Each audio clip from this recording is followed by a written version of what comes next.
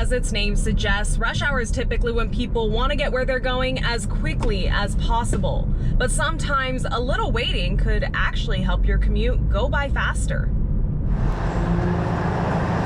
Comes down to increased traffic volumes in Bakersfield, and as that continues to increase, that there has to be a system in place to ease traffic during busy times of the day. Multiple new ramp meters were activated Monday along Highway 58 and parts of Highway 99, staggering traffic from the ramp as motorists enter the freeway. The meters can be found on ramps entering Highway 58 from H Street, Chester Avenue, and along Union Avenue, and the ramp entering Highway 99 from Rosedale Highway. You've got a lot of vehicles on 99 and on 58 already, and this will help kind of ease the flow of traffic that's joining the pre-existing traffic on the highway from those on-ramps. For the first week, these ramps will remain green lighted to help motorists adjust to the new meters. Then, starting August 1st, the ramps will switch from red to green during morning and afternoon commutes.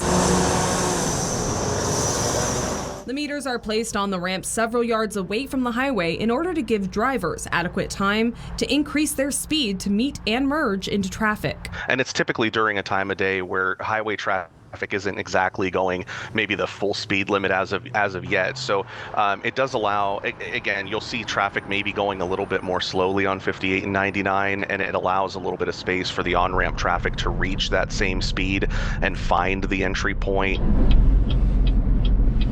So you're not trying to get a whole row of vehicles through the on-ramp in at the same point at the same time, where they would likely be coming close to a stop anyway, trying to enter the roadway. During less congested traffic hours like overnight, the meters will be inactive and motorists will enter the highways as normal free-flowing drivers. But should the need come to stagger traffic, the ramps could be used to help manage the increased congestion. So if there is a period outside of rush hours where, say, there's been a collision and traffic is already slow, those lights may be activated during that time.